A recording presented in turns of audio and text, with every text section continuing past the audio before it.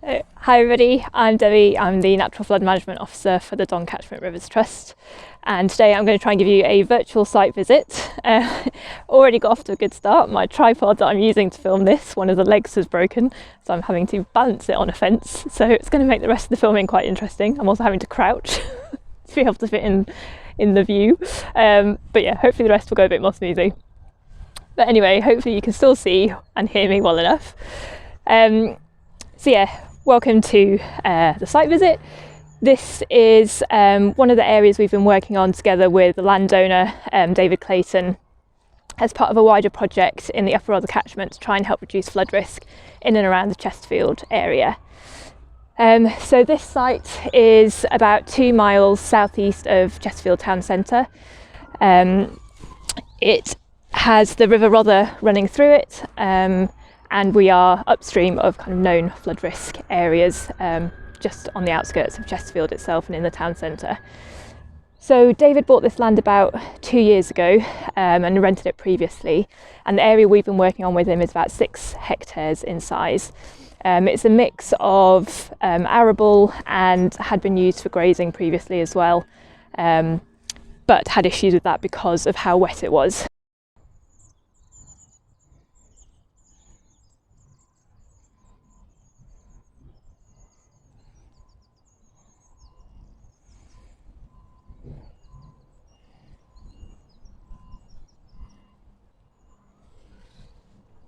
So given the issues that David was having with it being quite wet down here, he was open to other ideas of what he might be able to do with the land.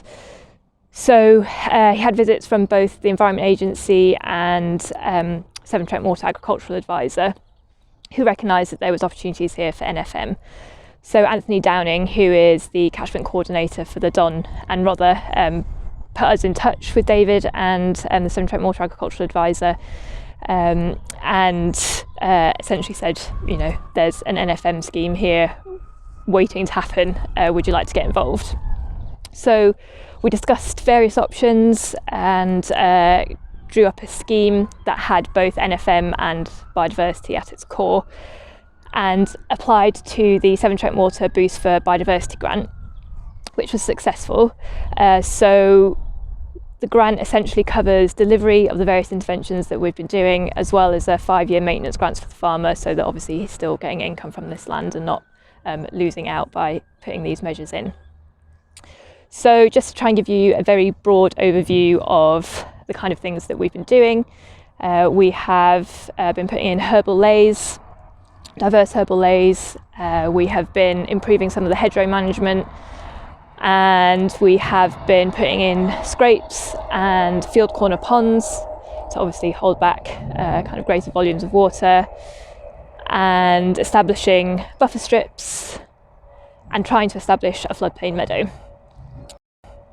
So we'll go have a little bit of an explore now, hopefully give you a feel for what it's actually like out here on site. So yeah, let's go for a wander.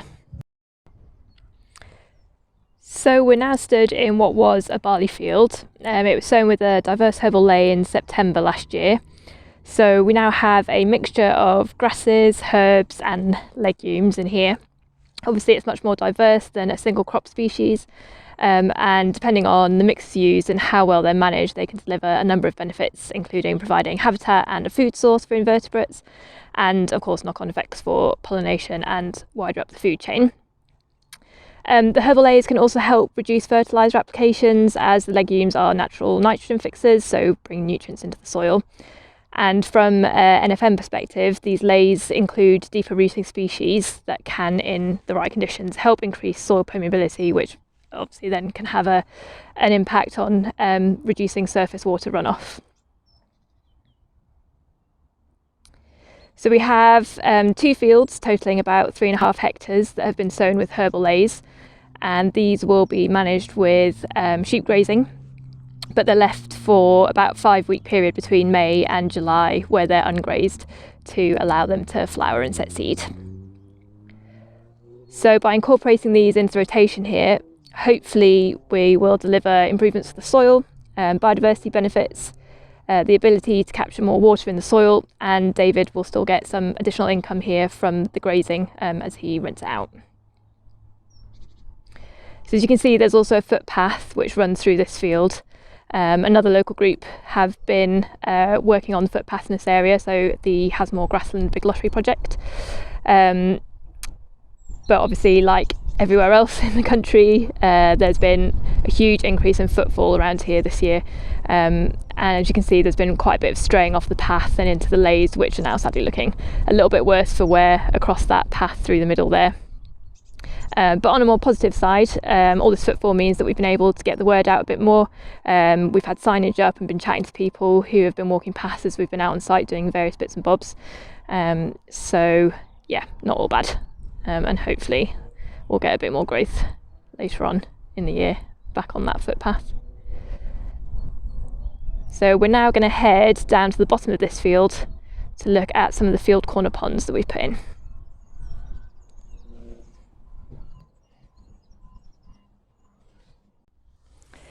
Right, so this is us now down at the bottom of the field that we were just in. So upslope that way is the herbal lays, and then down in this corner is where we've got excuse me, the field corner ponds. So as you can see, this area is quite wet. It has been wet in the past. It's a gentle slope all the way down to this part of the field. So when this was in barley, it was never drilled down the bottom here because it was just too wet, so it didn't seem worthwhile. So it seemed like the perfect area really to put in some field corner ponds, and as you can see, it's filled up pretty nicely. So we've got this one here, and then it's connected to another one in the far corner with a scrape, which you hopefully just see here. So that scrape's about 2 metres wide and about 23 metres between the two ponds. So obviously these will be collecting runoff from the slope, and as we've had these bigger storms over winter with some heavier rain over Christmas and then Storm Christoph, both of these ponds were full to the brim, as well as the connecting scrape between the two. At the moment, this one you can see is obviously full, well, nearly full. The one in the far corner, however, has mostly drained. So this one seems to be acting as a bit more of a kind of permanent feature, whereas the one at the back is more of a temporary storage pond. So yeah, both seem to be providing some function, which is good. These were put in September last year, so September 2020. They go to about 50 centimetres deep, but there's a range of depths in there. And we haven't done any planting, obviously, and the vegetation's not really had that much chance to grow yet. But we might do a little bit of planting this year, but we'll see how things go. But might put some planting in there just to give it a bit of a helping hand in terms of creating a bit more habitat. So yeah, I think that's probably everything to say. I've just taken some photos of some footprints in the margins of the scrape and the pond there. It looks like heron. So yeah, we'll be keeping an eye on these areas to see whether we do get any other kind of waders or other birds around, which would be nice to see. So this is us now in what we're hoping will one day be the floodplain meadow. We've got the River Rother running through the middle of this area. It's ordinary watercourse at this point. It has been over deepened, but it does flood regularly.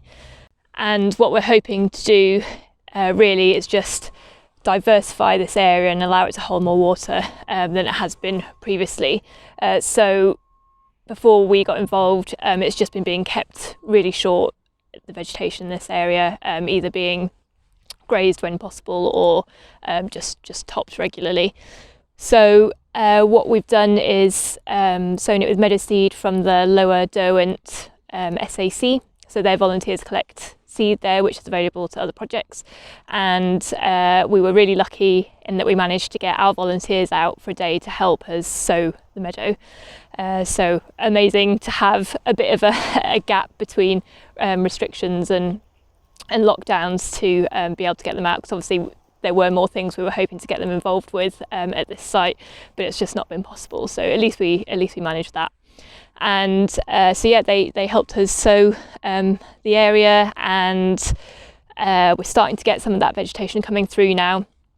But we are going to have a bit of a challenge here. It is nutrient rich, so we are going to have to get some early cuts in to try and address that. We've also got balsam in this area, so again we'll be hoping to get volunteers out this year and the next few years to try and get on top of that.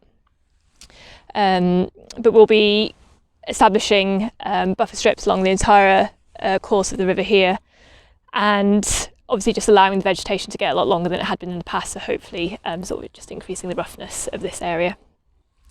And as well as sort of sowing the meadow seed in here, we had David's team come out and help us to put in 8 scrapes. So they all vary in shape and size, but altogether they amount to about 0.1 of a hectare in area. So these were put in September time last year. So again, we've not had a huge amount of vegetation growth on those yet. But they have been holding water, which is great. So hopefully you can see one of them behind me here, which is still holding some water at the moment. And during the storms that we had over winter, they were all holding water at some point or other to varying degrees.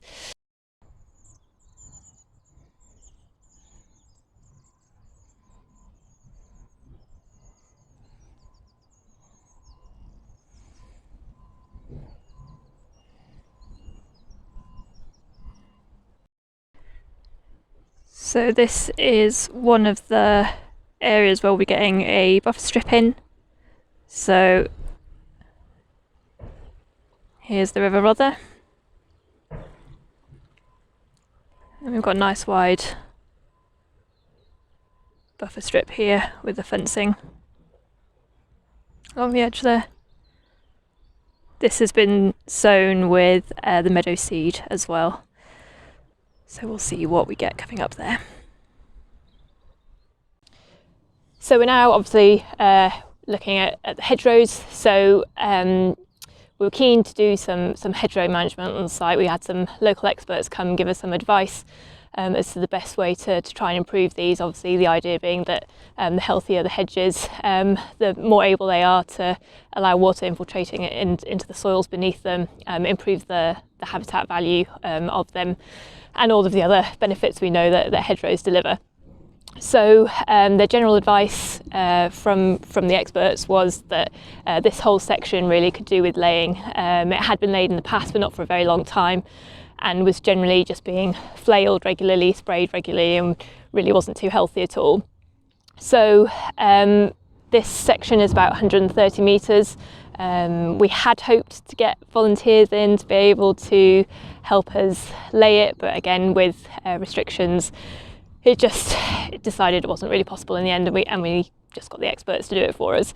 So we have left one small section at the far end, which we're going to do some training with volunteers in the autumn, hopefully, all being well, and then over the next few years, you know, we can carry on doing bits and bobs of hedge laying around the site.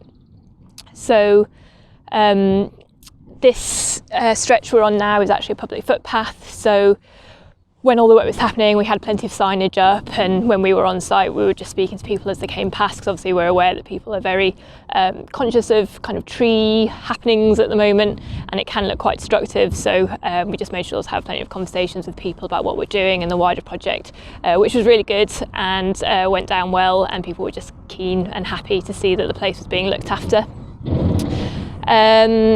We're also getting in planting some more hedgerow, so about 150 metres of new hedgerow, which should have been in by now, but again, because of COVID restrictions and then a COVID outbreak at the company where we're getting the trees from, that's all been delayed, but fingers crossed it will be going in next week after next.